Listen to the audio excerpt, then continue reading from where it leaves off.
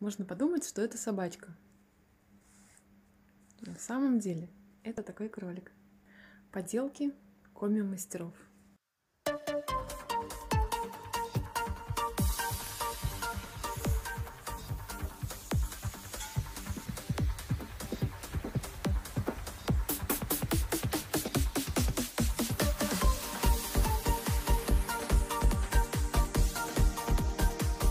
Вот моя березка любимая.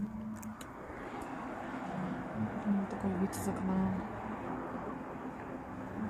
Мороз крепчает. Пейзажи, конечно, тут удивительные.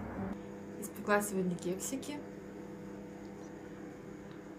и печеньки.